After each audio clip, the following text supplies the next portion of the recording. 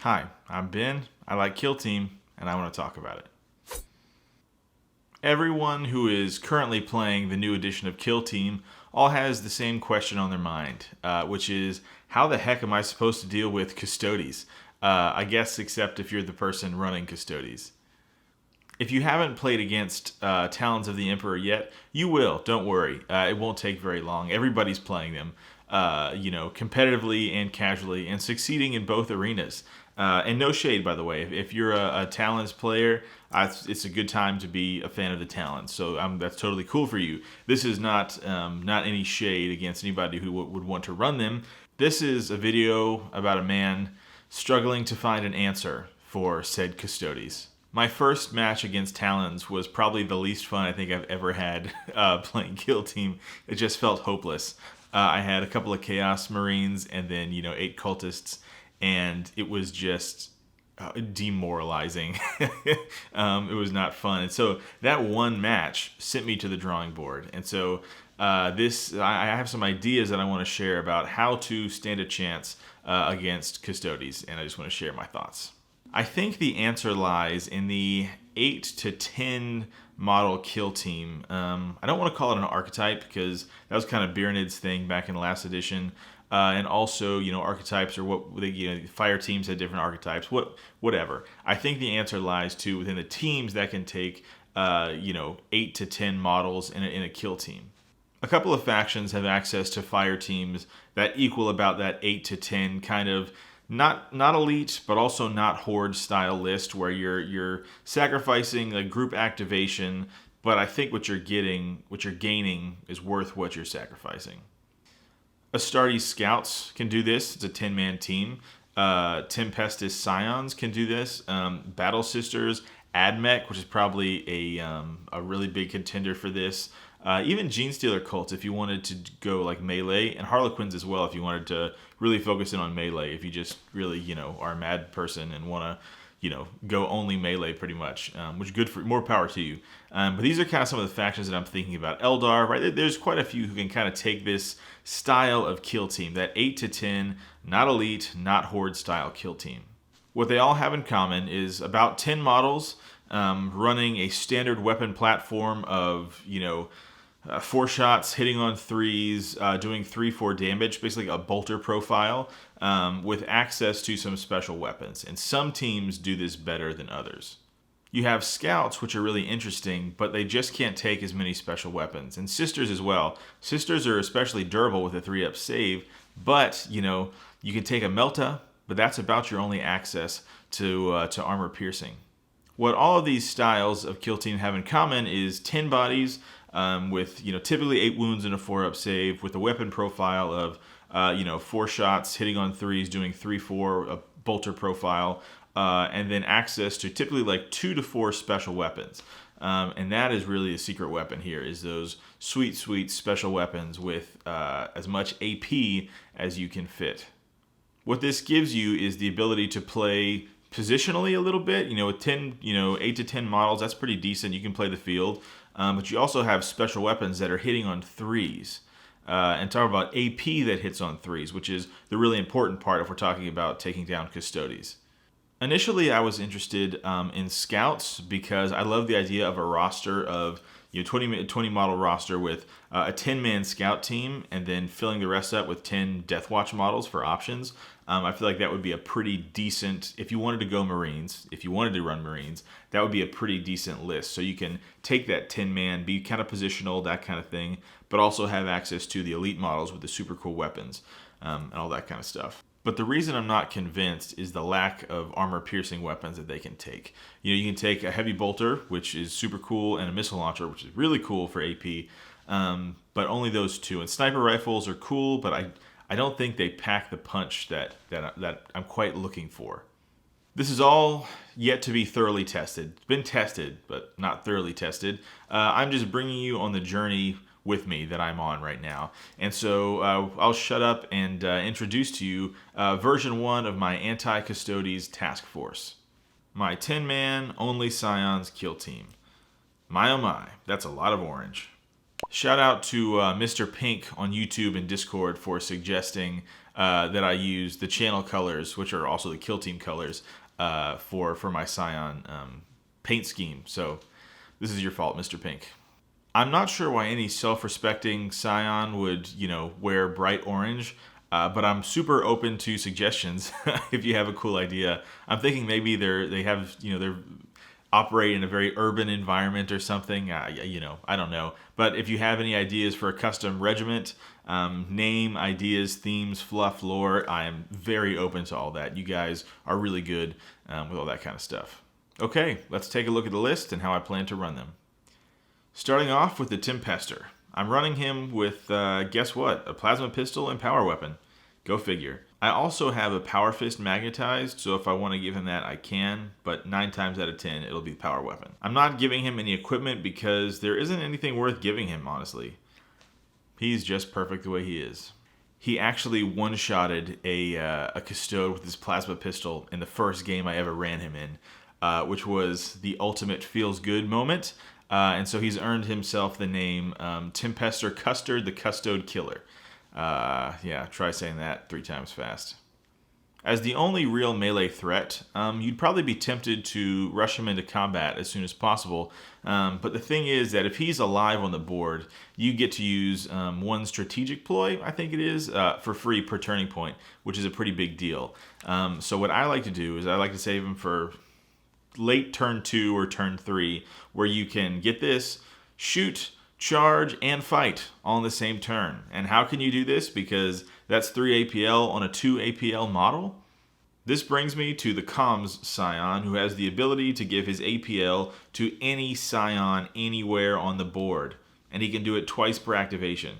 That's amazing. If you pair this with the Special Forces strategic ploy, you can interact with an objective for free, which basically, if you pair this, kind of gives 2 of your models 4 APL. If you, move, shoot, dash, and then interact with an objective, that's pretty crazy. And you can do that on 2 models per turn.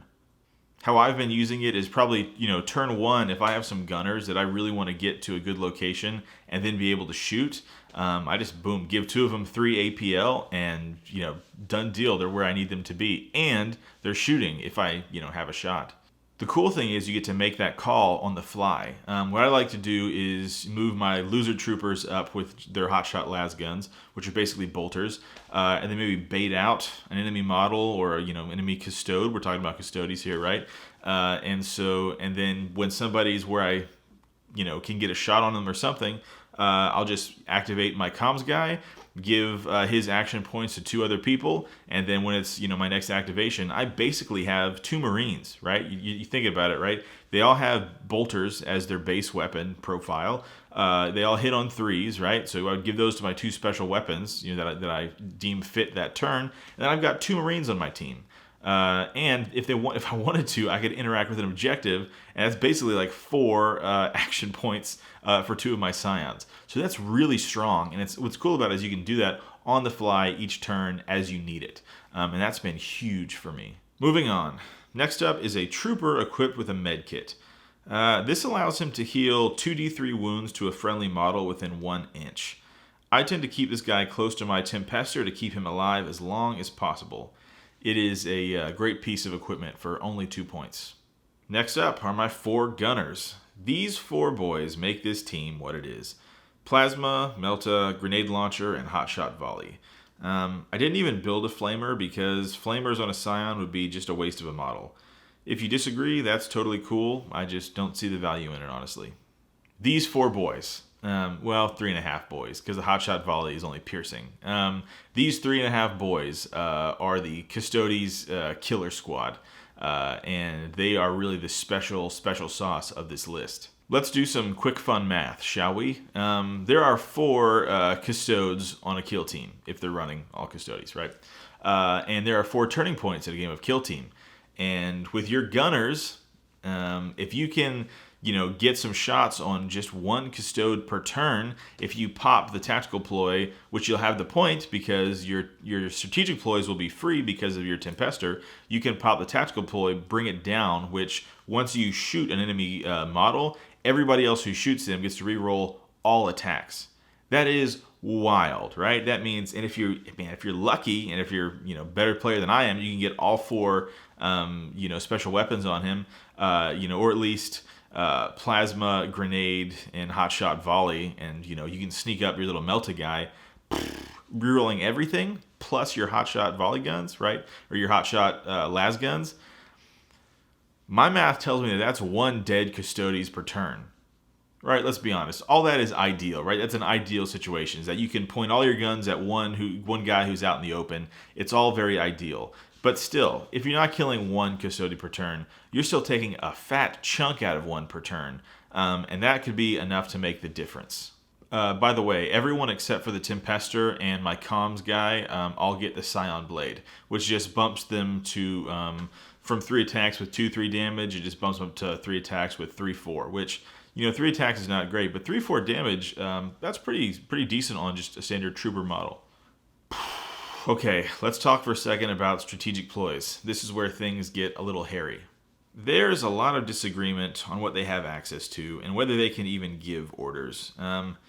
Personally, I could be wrong here, but I read this as Scions get the orders automatically, regardless of where they are on the board and regardless of whether or not you have a Tempestus on the board or not. I could be way off base here, but I think we do need an FAQ to clarify, because it either means that they're really good or just kind of good. I could be totally wrong on this. I just think we need an FAQ to clarify, because the wording is really strange and lends itself to 2 very different interpretations and readings of the Guardsman order / strategic ploys section there. So I could be wrong. Let me know how you read that, how you interpret it. I'd be interested. It seems like kind of like a 50-50 split. So I would like to know your thoughts, and if anybody has any behind the scenes insight onto maybe you a playtester, or talk to a playtester, or somebody who would have a definitive answer, please let me know down in the comments, because I would like to know for sure what the intent of the rules were. I tend to think, because the Scion comms model does not have the relay orders ability, that it is implied that Scions get the orders because they don't need a guardsman sergeant to shout at them. But I could be wrong. That's the way that I feel like it was intended. But if you have any insight, please tell me, or feel free to share your opinion as well. That is also valid. Anyways, I have found my all Scions, only Scions kill team to be really fun and really effective, especially against Custodes. Gives me a fighting chance. And I've won more matches against Custodes than I've lost with my Scions. I'd be interested to see maybe playing against a different practice partner, how that goes. But that has been my experience with them so far. And you can imagine, if they're good against Custodes, they're really good against Marines too. I've had a lot of luck playing against Chaos Marines with these guys too. We're still all super early in this edition and figuring things out, and the meta is all still forming and all this kind of stuff, but I'm not seeing a ton of people talk about Scions. And I found them to be really effective and really, just gives me a chance against, like, most teams. There's not a ton of teams out there that this is a bad list against, because, it has plenty of AP, which is good against everything. And yeah, I think they're really cool and are something you should think about if you have not thought about them yet. Well, if I missed anything, or if you think I'm way off base about something, please let me know. Or if you need to correct me, I'm very correctable. So let me know in the comments. Again, if you have any ideas about, a custom homebrew regiment for these guys, a name, some fluff, anything like that, why the heck they be painted bright orange, I would love to hear those ideas in the comments. So go crazy. I do want to say thank you for over 500 subscribers. That is a threshold that I never thought I would get to or cross. So thank you for all the cool support. That's going to do it for this video. And thanks for watching and commenting and subscribing and being so cool. And I'll see you around.